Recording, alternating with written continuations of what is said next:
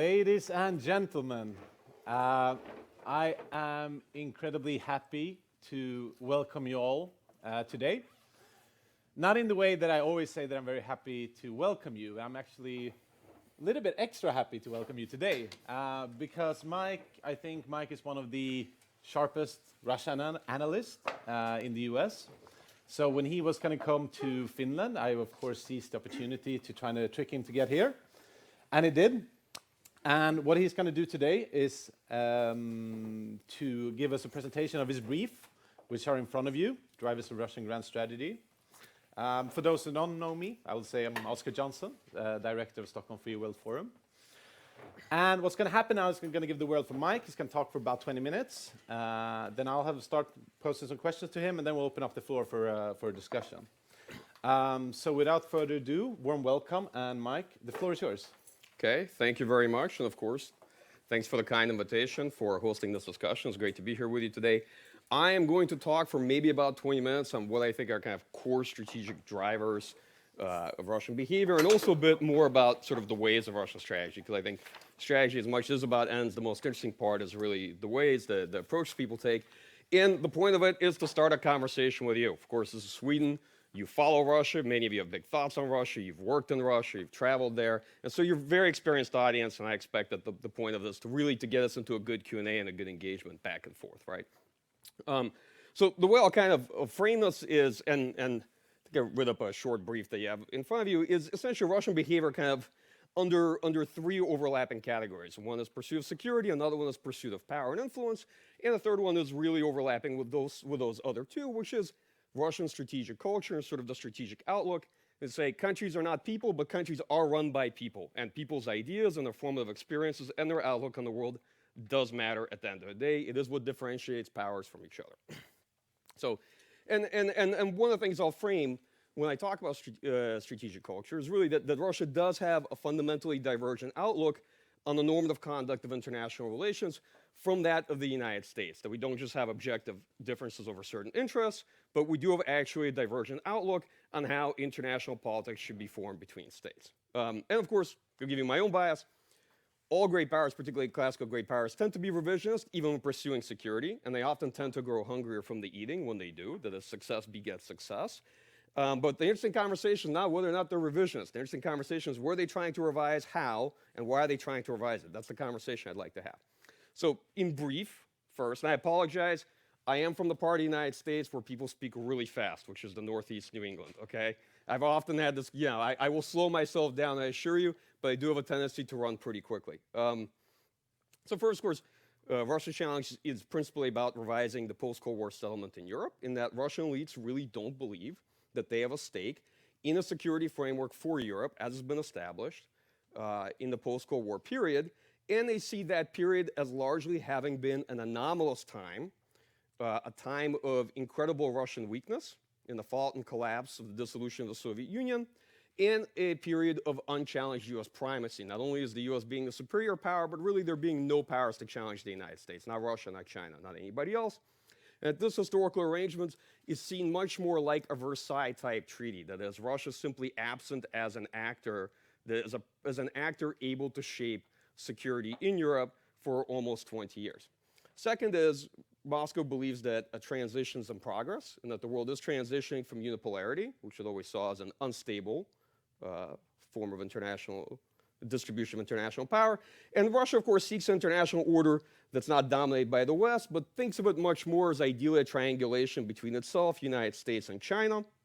And part of Russian behavior is really driven by the perception that Russia is resurgent relative to the United States, in the sense that Russia was incredibly weak in the 1990s and quite weak in 2000s. And so Russia's actually quite stronger vis-a-vis the balance with the United States over the last 20 years. It's about the strongest it really has been. But Russia's in relative decline when it comes to power, looking at China, right? And so this is kind of, this overarching perception helps shape some of Russian strategic behavior, in that they do believe that if there ever was a time to really take on the United States and challenge it, now is probably it. Whereas there's not much of a likelihood of success given the strong expansion of economic and military power that's taking place in Beijing. And Moscow, of course, seeks recognition as a great power with attendant privileges as opposed to responsibilities in international order, and restoring itself as a dominant regional power in the former Soviet Union, and asserting its preeminence in the former Soviet space. But beyond the sort of strategy of essentially, to the extent that can, reintegrating the former Soviet space economically and politically around itself, there's always a big problem, which is leaders, capitals, they come up with strategies and visions for where they want to be. But a lot of time they spend their affairs responding to crises and affairs and events that take place that aren't planned for. And there is a sort of much larger driver of Russian behavior, a centrifugal force, if you will, which is the steady, slow but steady fragmentation of Russian influence over the former Soviet space. And that's in part driven by the fact that Russia finds itself between two fairly dynamic economic powers, the European Union and China. And those two powers, those entities, are principally expansionist in nature, certainly politically and economically, though not necessarily militarily. And it's actually fairly familiar territory for Russia. About 100 years ago, Russia found itself stuck between two fairly dynamic rising great powers that were relatively new. One was called Germany, after German reunification, and the other was called Japan, all right? And Russia and the Soviet Union had to deal with both of those powers. Today, Russia, once again, is stuck between two powers whose influence is actually much stronger economically and sort of political models of development than itself. Now, first, of course, Russian approach to me is very much about power. Moscow believes it is a hereditary great power and a providential one to boot. As someone from the United States, I recognize this quite easily because the United States is also a providential power, right? And what I mean by that is, one, hereditary power. Russians believe that Russia has a special role in international politics because it's Russia. Because Russia's father was the Soviet Union, Soviet Union's father was the Russian Empire, and so Russia is a great power not by any objective measure of power. It is a great power because it's inherited. It is hereditary. It is its status. Russia has its position because it's Russia. And the second one is a providential power. That is, it has a story that it tells itself that gives some coherency to foreign policy and national security policy, that it has a special mission.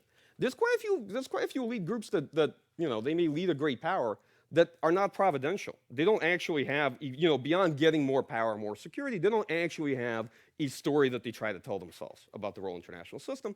But that's not the case with Russia. Russians actually do have an interesting belief system. Today, the way Russia kind of helps give ideological coherency to foreign policy is first and foremost that Russia sees its nuclear weapon status as endowing it with a special responsibility for international security alongside with the United States. It believes that it has a special role in international politics because of this. And the second is Moscow sees itself as a conservative leader that supports the status quo and the nation-state system against what they perceive to be sort of ideological U.S. revisionism, and the expansion of use of force in international politics, violating state sovereignty. So basically, Russia has this vision of itself as the status quo conservative power. Of course, it's a hypocritical vision, and great powers tend to be hypocrites by and large. But it's interesting because, of course, Russian elites tell themselves that they are the good guys in this story. The other major big difference is, of course, over normative outlook on the international order. And this actually took some time, I think, to realize when we look at it. They're not just base differences on interests. Russia believes, and has a fairly classical retrograde outlook on how international politics should be structured, that only great powers are sovereign at the end of the day. All other countries have a degree of limited sovereignty, and that great powers are primus inter pares, that is, they're first among equals. In Russian philosophy, really the core governing belief in international politics is that stability relations between great powers is paramount, particularly since great powers are also nuclear weapon states, and all other concerns are subordinate. And so what the kind of value system that stems from that is the belief that, okay, well, what's most important is stability relations between nuclear weapon states. This heavily privileges and preferences military power and having nuclear weapons over economic power and economic dynamism, right? So it's a story that Russians very much like. The second part of it is that, well, all middle states and smaller states realistically have limited sovereignty, or at least they should, and that their sovereignty should be subordinate to the security requirements of great powers like Russia, because if those requirements are met, then you avoid the likelihood of great power war. So it sort of becomes, well, in Washington we call it a self-licking ice cream cone. That is, it's a belief that effectively rationalizes itself. You know, and of course, their view is that the best way to achieve this is one, through privileged spheres of influence, a la Yalta 1945, and a concert of Europe type system of arbitration. That is, great powers don't have responsibilities, they have privileges. One of their privileges is arbitration, and when they have an argument over territory of another state, what they are supposed to do is they're supposed to meet and engage and basically figure out what they're going to do with that country. That is, they arbitrate between each other to avoid great power conflict, right?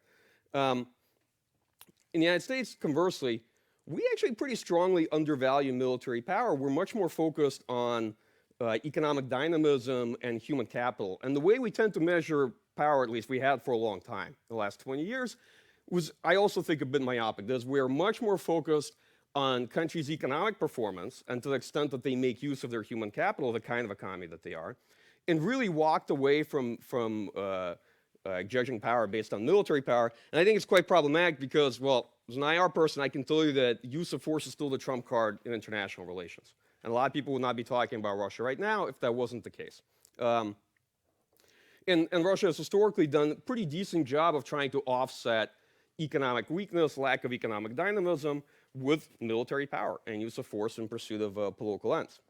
So, and last but not least, I'll turn to the security part of drivers of Russian behavior, which is Russia fundamentally pursues a strategy of extended defense. This one I think everyone here is likely familiar with, which is the Russian belief that the best way to achieve depth and security is to establish buffer states. As you know, Russia has almost no natural borders. It's about 1/8 of the Earth's landmass, and is not part of any military alliance that, at least from Moscow perspective, would provide from their security needs.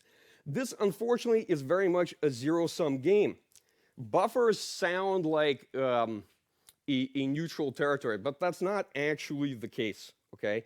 Buffers are one country's buffer state against the other. And the Russian sort of contest for power and influence, particularly in Eastern Europe, has always been a conversation that Moscow has, which is that either Ukraine and Belarus are Russia's buffers, let's say, against NATO, the next military political bloc, or they're NATO buffers against Russia. And that's the way Russians see them. That is not sort of a neutral piece of terrain. It is they have to have a say over the strategic orientation of these countries. And that policy consensus got particularly entrenched after World War II. Or more accurately, the Great Patriotic War, which is, you know, there's a strong consensus within Russian policy elites never to permit another large-scale industrial war to take place in Russian territory, and to make sure that whatever they do, they are able to displace this conflict onto a territory of a buffer states. Today, Russians principally see NATO as sort of America's Warsaw Pact, whereas their own borders they see as most closely approximate the Brest-Litovsk Treaty of 1918, right? That's about as sort of as small as the Russian Empire has been in a very long time.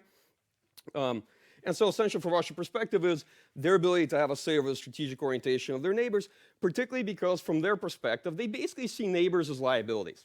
This historically, the Russian belief is that most countries that neighbor Russia have often chosen to side with an invading power. And this has led to a self-fulfilling prophecy. That is, in order to achieve security and enforce a policy of extended defense, the Russian state has had to impose limited sovereignty on neighbors. That obviously makes those neighbors, okay, over a long period of time, sustained period, Russian adversaries. And that is why those countries typically side with whatever other power then engages in conflict with Russia. And so in many ways, that policy leads to a self-fulfilling prophecy in terms of the behavior of Russian neighbors, who then end up seeing the principal threat to their own sovereignty as the Russian state relative to anybody else.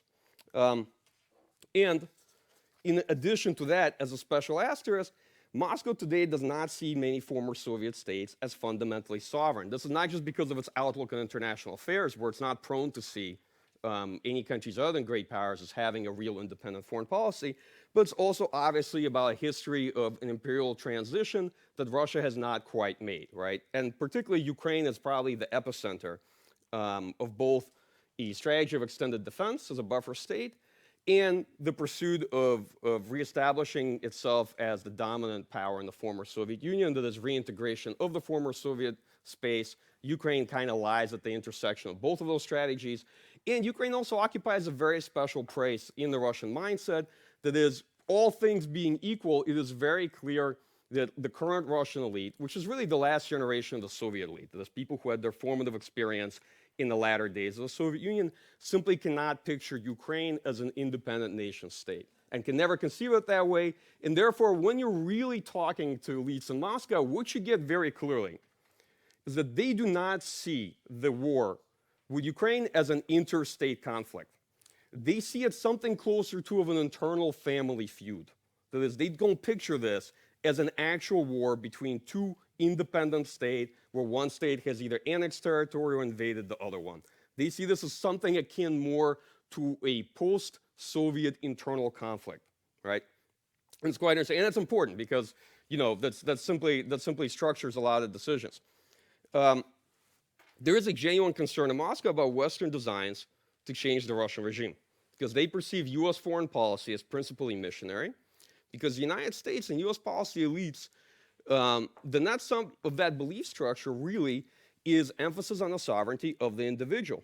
And Russian elite has always placed primacy on the role of the state over the role of the individual in society.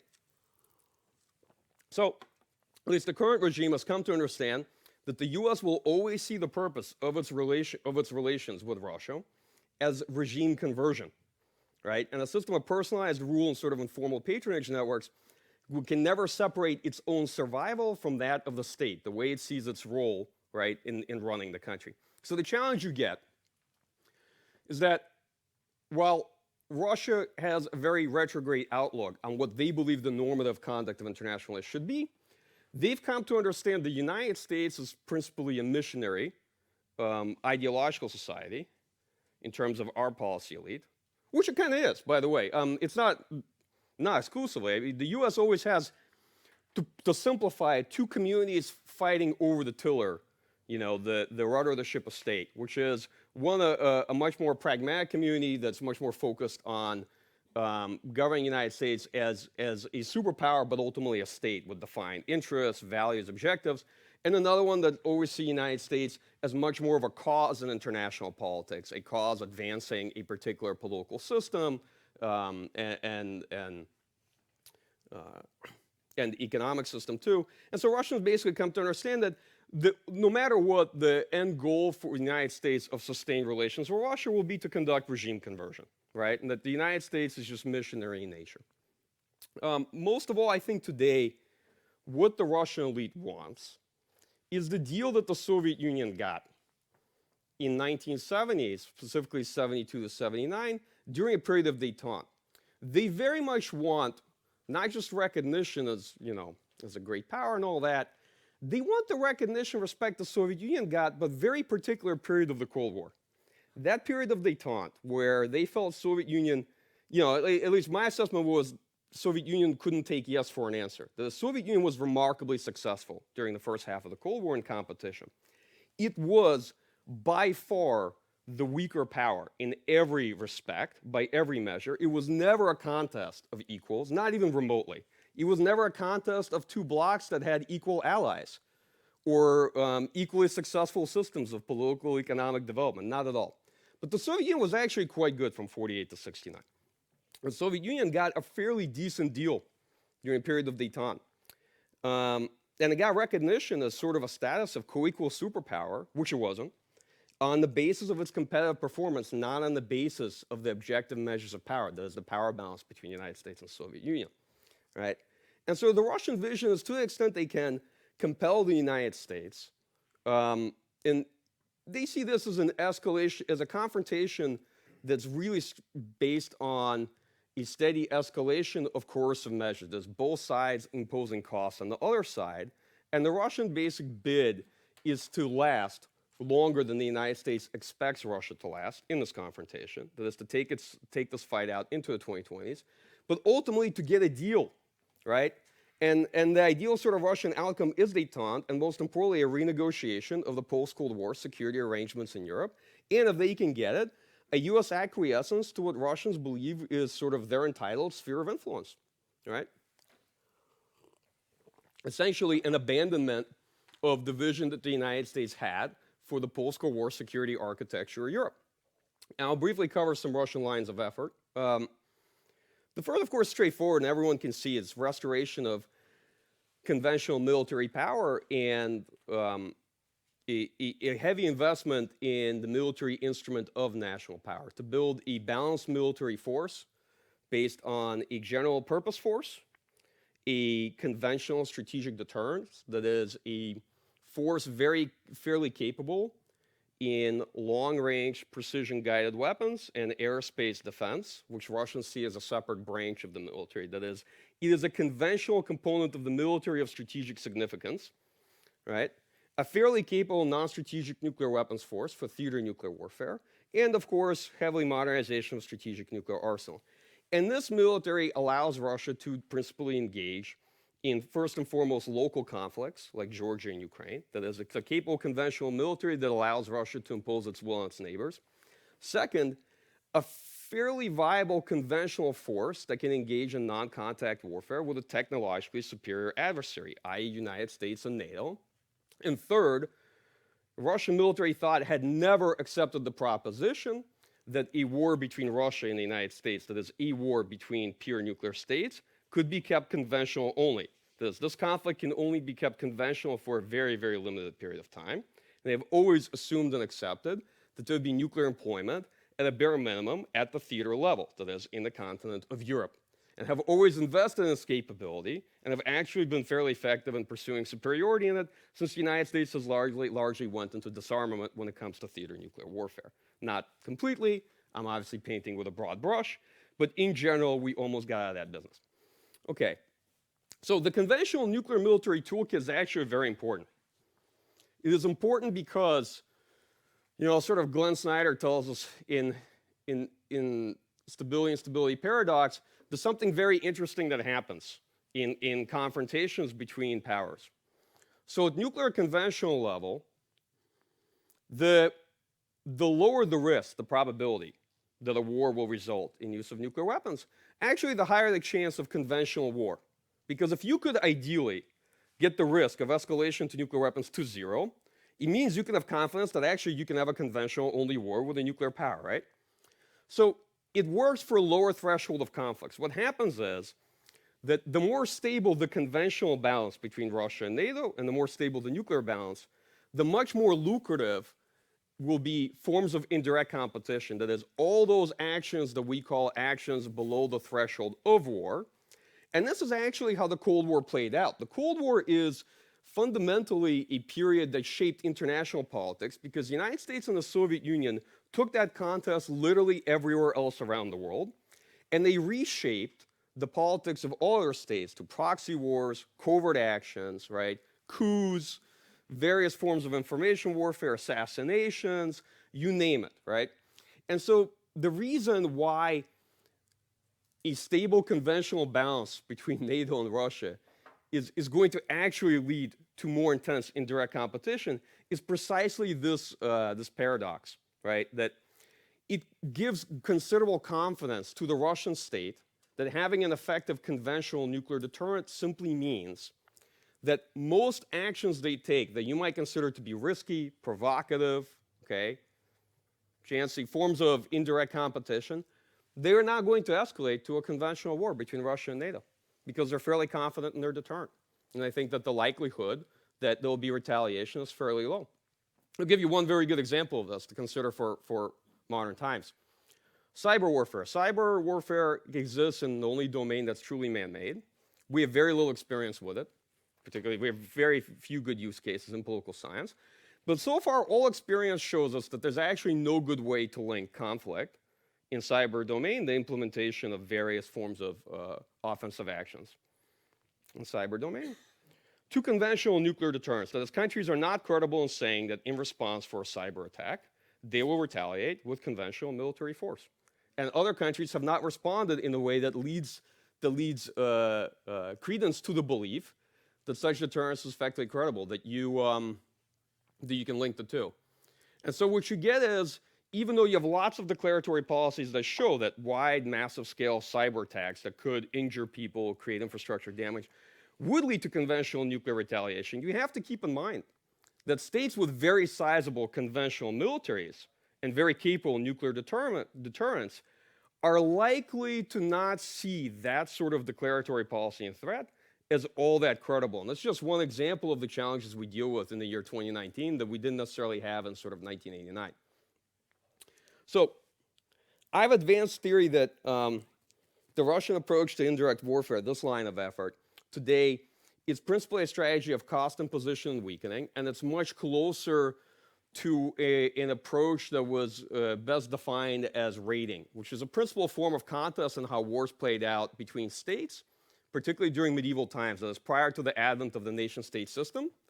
Before warfare was defined by industrial-scale warfare and all these standing armies, states actually had fairly porous borders, and countries had big problems.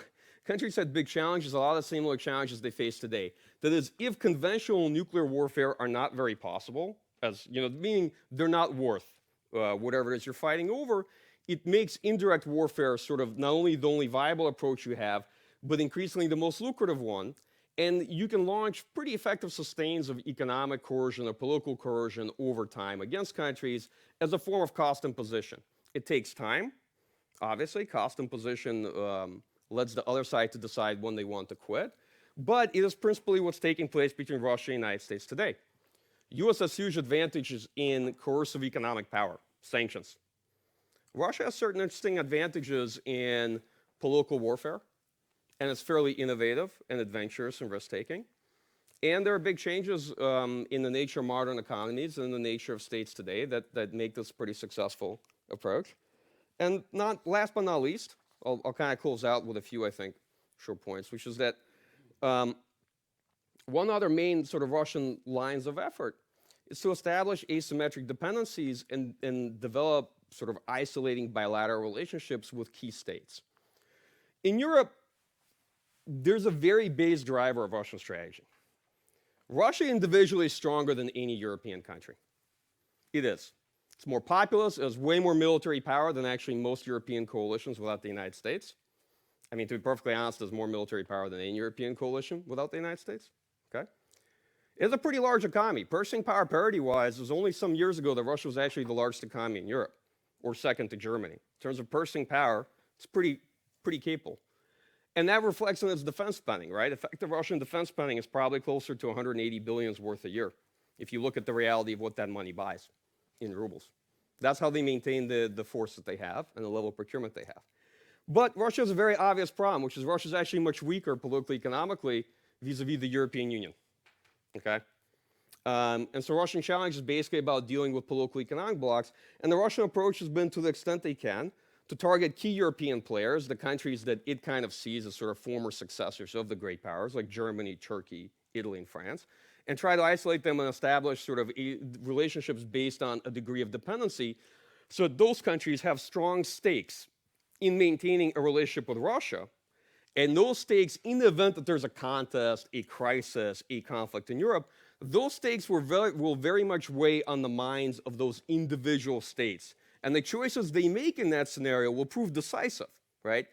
And so the basic Russian strategy is, to the extent it can, really work to reduce the capacity of European states for collective action. And the real problem for Russia is actually not so much NATO, it really is the European Union. Because NATO is principally, to me at least, the way Russians look at it, when Russians say NATO, they mean the United States. It's actually an old joke in the US that when Russians say NATO, they mean the US, and when Europeans say NATO, they mean the US, when Americans say NATO, they mean the Europeans. And there's believe it or not, there's a lot of truth to that, because usually in DC when we say NATO, we typically mean Europe, more often than not. And so the Russian view is, okay, NATO is pretty much a conversation about the credibility of US extended deterrence commitments and the likelihood that the United States is able and willing to project power on the European continent with some supporting coalition of states, and the United States does not need the great power of Montenegro or the future great power of North Macedonia, I'm being facetious of course, in order to pose a credible threat to Russia and the European continent. In fact, it actually does not need most of the states that are currently in NATO. It doesn't need Portugal, right? It doesn't necessarily need a lot of them. A small coalition of states, together with American military power, is more than enough to pose the challenge that NATO posed to Russia. European Union, of course, is a very different story. European Union is a relatively cohesive economic political bloc with a lot of centrifugal forces. And the Russian basic strategy has been to take key forces that they think are driving the reemergence of the nation state, that is, states pursuing their interests at the expense of collective interests within the European Union, and to the extent they can, encourage and amplify them, and in the meanwhile, form these asymmetric bilateral relationships, because Russia, at the end of the day, is actually much more powerful than any individual major European state. And that's not just taking place in Europe. If you look at other regions of the world, when the Russians go around, let's say, Middle East, if you look at core Russian relationships in the Middle East, they're very interesting because Russia has a relationship with Israel, with Egypt, with Iran, and now very increasingly with Saudi Arabia. These are the four states that actually determine what happens in the Middle East. And if you go to Asia Pacific, you see that Russia actually has pretty good relationships with South Korea and Japan, again, and China. Again, the key countries that sort of determine what's likely to happen in that region. And if we look at South Asia, Russia's longest running partner, a partner they inherited from the time of the Soviet Union, is India. Again, one of the principal countries that determines relations there. And so that's a policy very much about targeting relationships with these key states. Okay, I would love to close out here because, one, I'm a little bit jet lagged, and when that happens, you kind of lose a sense of how long you've been talking as a speaker, and you can only gauge it by the reaction of the audience to the extent they're still interested. So I'm sure we have a really, really learned and experienced audience here. I would love to open this up more as a conversation and turn it over to Q&A. Thank you. Thank you for that, Mike. I'll just kick it off with the classical sports journalist question. And that's really looking forward, do you feel optimistic or pessimistic? And I mean, you mentioned two key points for me during the talk. And you say, well, power balance-wise, now is the time to challenge the US. And you also said the stable instability kind of induces political warfare. Take risk at indirect and asymmetric warfare. So looking ahead, do you feel optimistic, pessimistic? Will it get worse? Will it get better? Okay, so first, I'm a military analyst at the end of the day, right? And a person who kind of lives in the defense strategy community. So when I'm optimistic, it's usually pretty bad, right? Because the greater the amount of tension, the greater the confrontation, technically as a Russian military analyst, the more business there is for my line of work, right? So in that regard, I'll be frank, yeah, as an analyst, I'm optimistic in that the great power competition framework the United States has adopted and Russian pursuit of principally a revisionist agenda, together with China's pursuit of a revisionist agenda as well, will obviously mean a great deal of confrontation that will play itself out in two ways. The direct competition, which is countries investing in conventional forces and nuclear forces. That's been taking place now for quite a few years. That's sort of, we're discussing a trend that's been going on for quite some time, and it'll only continue. And as the United States invests more and more heavily in conventional deterrence in Europe, while it will dramatically reduce the likelihood of an actual war between Russia and NATO, which I think is very low to begin with. In general, I'll tell you sort of a good news story. For whatever we may read and how modern policy communities discuss the current period of confrontation, here's a couple just base facts at the end of the day that we should not forget. First, we're living in a sustained interregnum of great power war. We haven't had a great power war since World War II and the invention of nuclear weapons. That doesn't mean it necessarily is going to hold, but the likelihood of actual war between the United States, Russia, and China, it's a possibility, but it's a fairly low probabilistic event. Nuclear deterrence imposes certain hard choices in terms of what you're willing to fight over. This is issue one. Issue two, we're actually living in a period of probably the lowest interstate conflict we've seen in a long time, in centuries. That's the reality of it. The amount of conflict we have today is fairly small compared to all other periods we've lived in. Most of the conflicts we face are intrastate conflict, they're internal, right? And most of the conflicts the United States has been engaged in, together with European allies, have been wars of choice, not wars of necessity. As we transition from a period of having to fight major, highly destructive wars of necessity to wars with far fewer casualties that are principally wars of choice, right? And last but not least, this is basically the best international order you've ever lived in.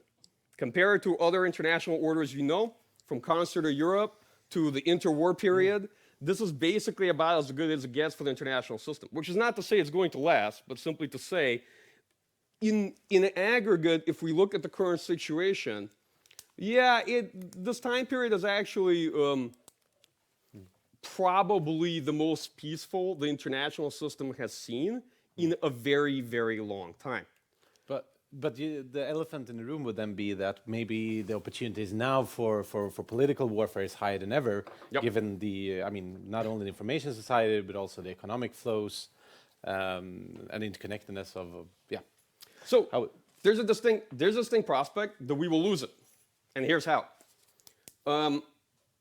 First and foremost, the investment in direct competition, although it makes it very likely that the three main powers are going to deter each other, it basically means that there's going to be a very intense period of indirect competition, indirect warfare, right?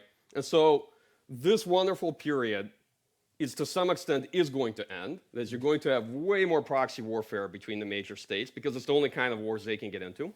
You have way more political warfare. You also are living in a different age. People are experimenting with lots of things, just like they did back in 50s and 60s. You have new technologies that are relevant to the fight, and you have policy communities that don't know what will happen when they use them. Cyber warfare is one, the sort of enhanced political warfare that people engage with now. So interesting example. Okay, all policy communities have a certain, strategic culture, certain bias. I'll give you one in the United States. The United States is in geographically the most advantageous position in the world, right?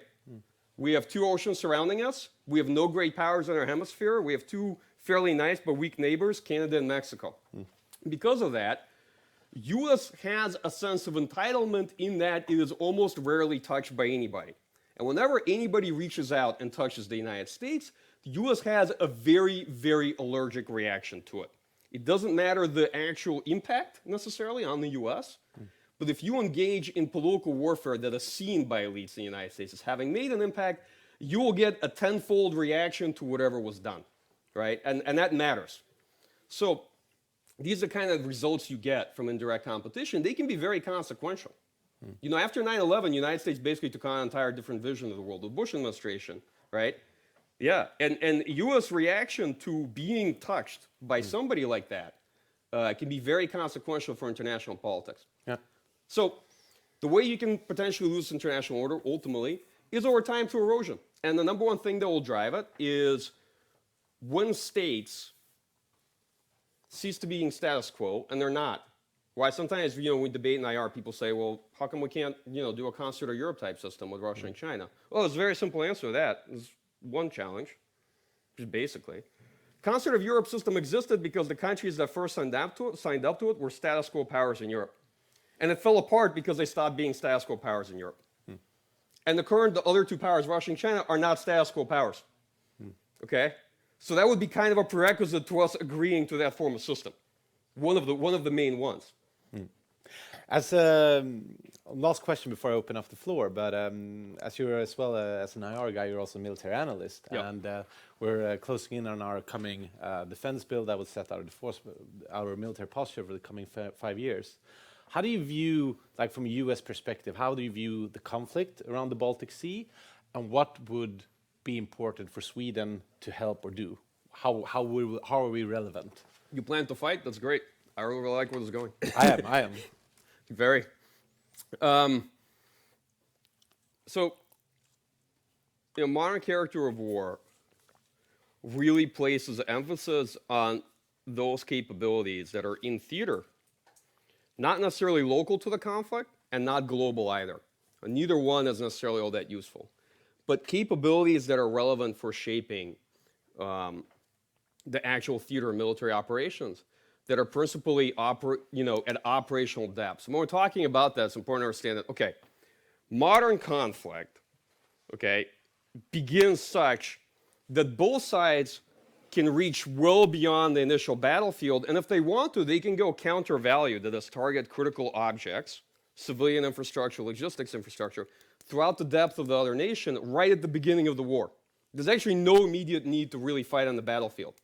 The war is fundamentally going to be decided as two military systems and two political systems that are engaged in a high-intense conflict, where really what matters, this is kind of Russian perspective, but I think it's a fairly accurate reading of the modern character of war, is the threatened period of war, that is the crisis leading up, and how you shape the environment leading up to the conflict. And second, the initial period of war, and it's not likely to be any period other than the initial period of war. There's at least U.S. experience in the first couple of weeks, it becomes very clear who was right and who was wrong in the bets and judgments they made. You're not likely going to get any prolonged warfare based on attrition of manpower and material. That's just not, certainly not the way the United States fights. It's not the way the United States has fought in the last 30 years. We are very much a decapitation strike. Military that's operationally focused and is very good at disaggregating the other side and their ability to resist within the initial period of war. And that's the kind of contest that the Russians plan to engage in.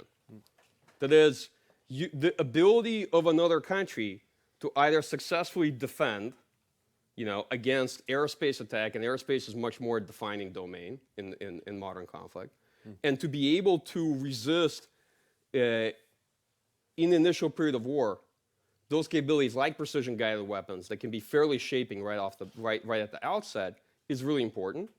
And second is really planning around a degree of readiness and about being able to sort of contribute in that initial period and not having illusions of some long, prolonged conventional fight because none of the countries in Europe are set up for that, to be honest. They're just not. That's not necessarily a fight that the United States wants to have. If you're successful, that fight could very well end with theater nuclear warfare, like it always was going to during the Cold War. Most of the time during the Cold War, Soviet Union planned for a conventional period of war that would last 8 to 10 days, max. Actually, it was, on the low end, there was 2, and on the high end, there was 10. But they expected nuclear weapon deployment to come in somewhere between those two markers that I just placed down for you. So today, we're actually living in a really good period when I say, conventional warfare can last like 3 weeks. It's huge progress. Yeah. Thank you very much for that. I will open up the floor. Please introduce yourself and state your questions. Anecdotes, not super long. Rather leave them off. Yep. First, Kjell.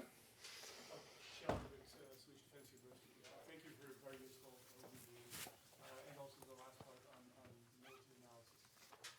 I wonder, you talked about 3 major powers at some point here toward the end of this process. One of the questions, I assume the EU was not one of them.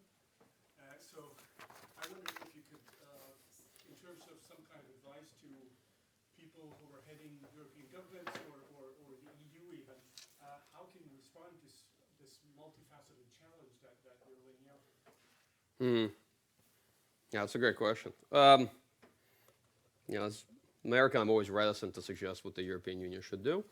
I will give you sort of one personal side. European Union as a political economic bloc has always been a European strategy, right, based on Franco-German consensus and at some point an Anglo-Saxon consensus too, although that's not looking like it's lasting. But interestingly enough, it was always part of American grand strategy as well, right? And Russians know that. Russians understand the European Union alongside NATO is actually an outgrowth of American grand strategy for Europe and for the political, economic, and security architecture of Europe. And so they're actually more interested in disaggregating the European Union's ability for collective action than they are in NATO's. That's the reality of it. We in the United States are far more focused on NATO, in terms of policy. Like, we understand the Russia problem set as a military problem set first and a political warfare problem set second. We're much more focused about NATO and kind of see in terms of NATO cohesion, right? Which makes sort of sense, at least his interpretation of it. For European Union, here's a challenge I see. There are obviously defining challenges that face the EU. Russians are very interested in these challenges and making sure they have greater impact on the European Union. They are not the cause of the problems that the European Union necessarily faces, but they are very interested in amplifying them as part of the strategy I described. If the European Union is unsuccessful, thank you, I really appreciate it. If the European Union is unsuccessful as a political body in reaching consensus on how to deal with strategy, and by the way, there's a paradox there. In order to be successful, the European Union actually needs to focus on Russia less and on the security challenges faced by countries like Italy, let's say in the Mediterranean, just as much. It needs to maintain itself as a coherent body and solve these challenges, okay? NATO will deal with Russia. United States is, I mean, I'm not being glib by saying like, hey, the United States will sort it out, but in the sense I'm saying that there is a military bloc in Europe that has Russia as its principal mission, okay, today. And the United States is very focused on that. But if the European Union is actually unsuccessful in dealing with these challenges, then you're actually going to be living in this kind of idealized vision I described from a Russian perspective.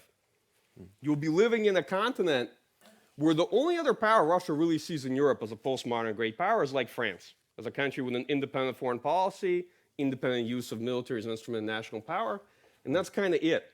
And that's not a world you want to be living in as sort of a middle state, because that Russian vision is a very clear one for what the role of countries is. Yeah. Fredrik, you'll get a microphone as well, just from behind. Thank you. My name is Fredrik Löfqvist. I'm fairly newly appointed ambassador, special envoy for countering hybrid threats at the Ministry of Foreign Affairs.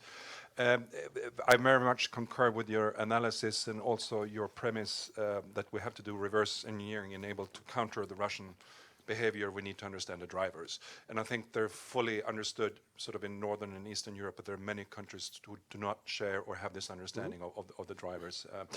Two questions, and I totally agree what you said about this indirect competition and what you call the political warfare, or you can call it hybrid threats or whatever. The first is how well equipped, we talked about, the military analysts, and there's a lot of military analysis and we're pretty good at that. How well are we equipped to understand, to detect, to understand and analyze these sort of non-military threats, the whole spectrum of them that we are now being exposed to? And the other thing is that you said that we're sort of in an experimental phase because there are new tools out there and we don't fully understand, the consequences of them. But how do you see, what is the toolbox? Do you see the contours of what is called as modern deterrence? How do we deter? How do we have a functioning deterrence against hybrid threats? Do you see, are we getting there, or is this still a big black box? Yeah, wonderful question. Thank you. Really appreciate it. And a challenging one, but I'll try to be as brief as I can. So do we understand and how do we counter? Yeah. Okay. So, one, do we understand that? To me, to be frank, there isn't sort of an older or modern deterrence, right? Deterrence is a psychological interaction with the other side. And at the end of the day, it's interaction between people running two states. Okay? It exists in the mind of the adversary. The challenge is very old. The question is how well we can apply it to some of the current scenarios we face. I'll tell you the honest truth about deterrence. Deterrence was always intended as an approach. And deterrence is a mid-level IR theory, right? We have grand-level IR theories that explain how the world works, and deterrence is our like mid-level IR theory that explains how interactions work between states. Deterrence always was very challenged in dealing with third-order types of conflicts, that is, indirect competition.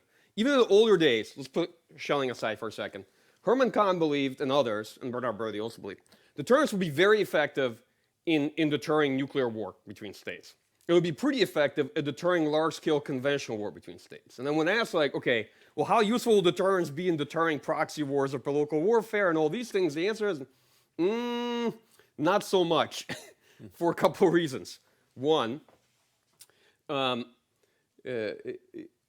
those threats and this challenge lend itself much less to deterrence, which is why, actually, it was not really deterred throughout the Cold War, right? Cold War, the indirect competition shaped world politics and world affairs because the United States and Soviet Union could not deter each other in the threshold of conflict short of war. Here's how we should approach it. This is my personal view.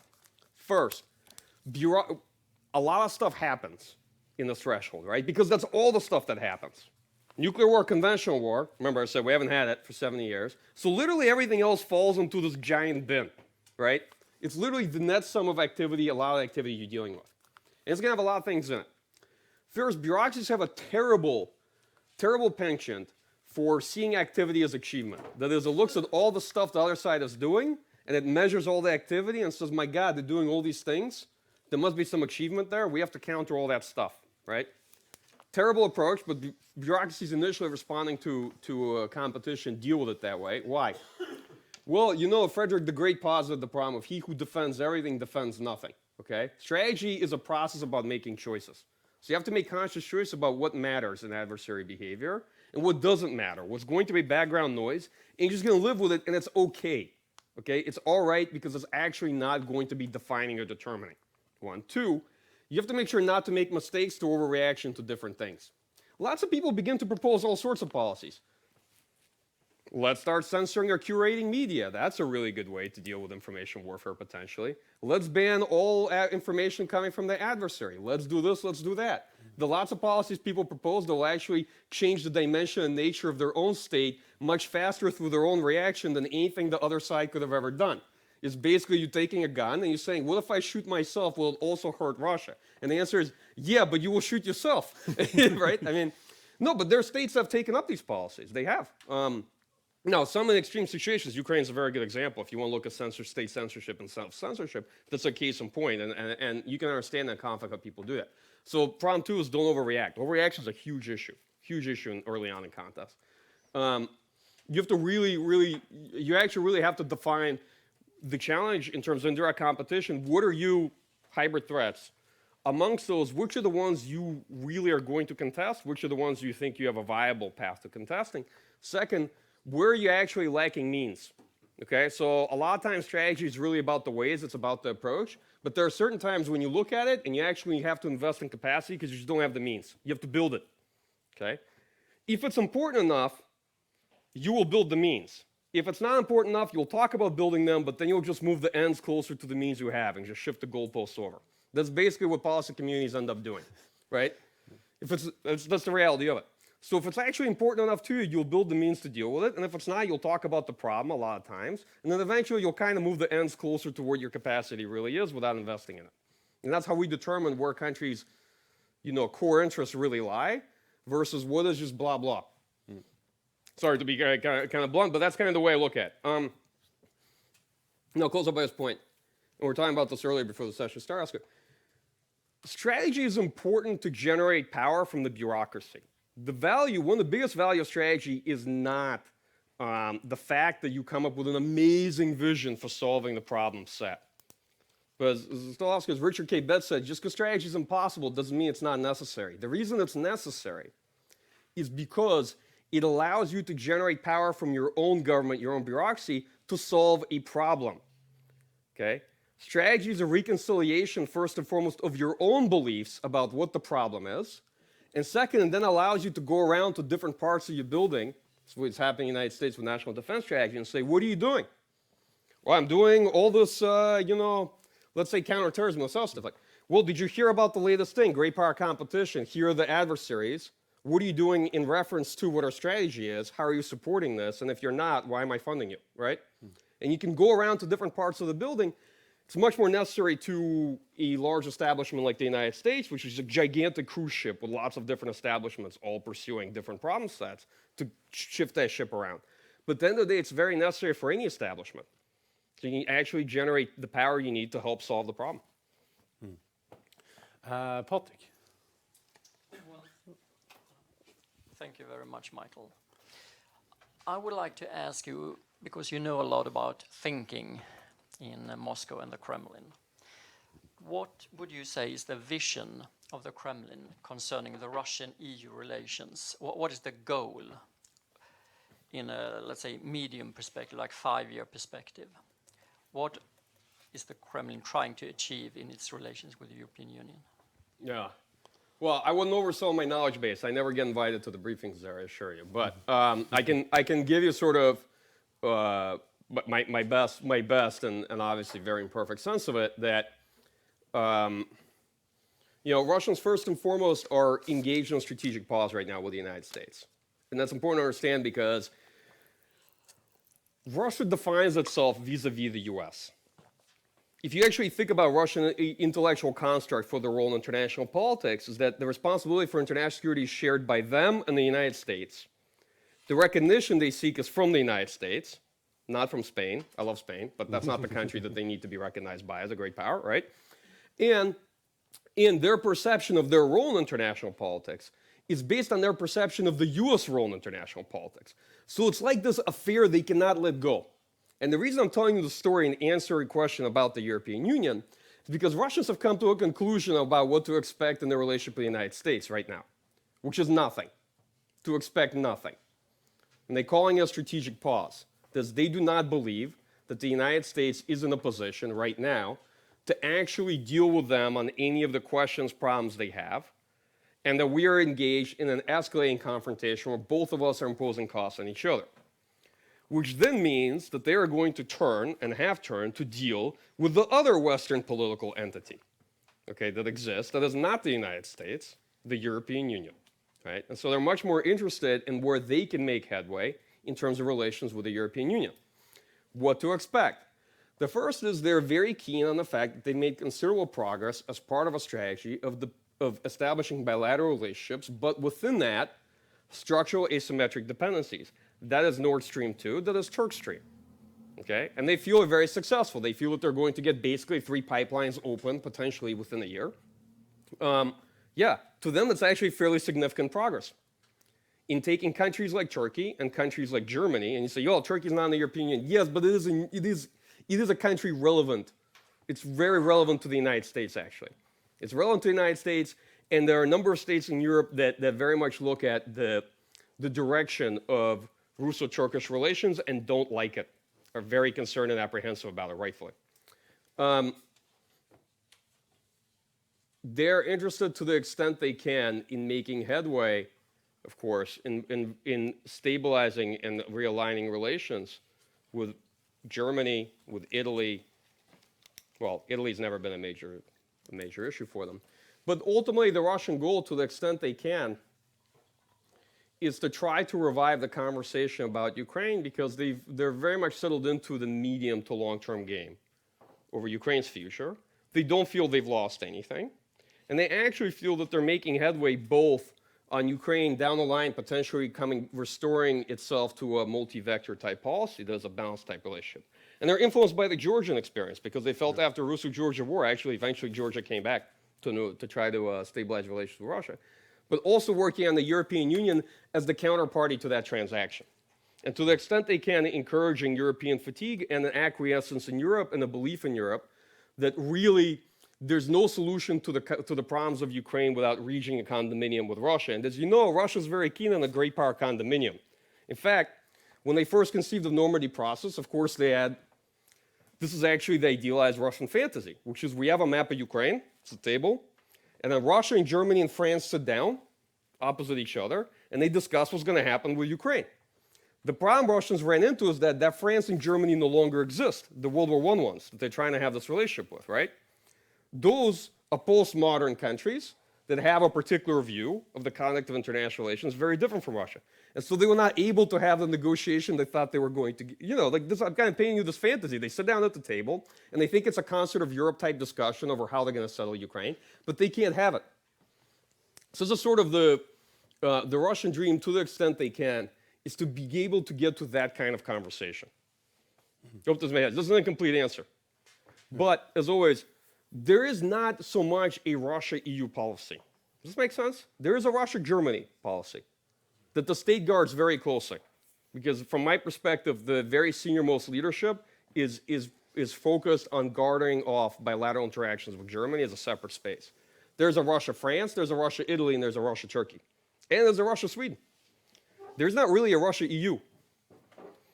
And there's a Russia dream that in the future there'll not be a cohesive body like the EU either. Yeah. I think on that happy note, thank you for your effort and your time. I will send you that with you. Wonderful, thank you, appreciate it. And let's thank Mike again with another applause. Thanks for hosting, I hope this is good. Very well.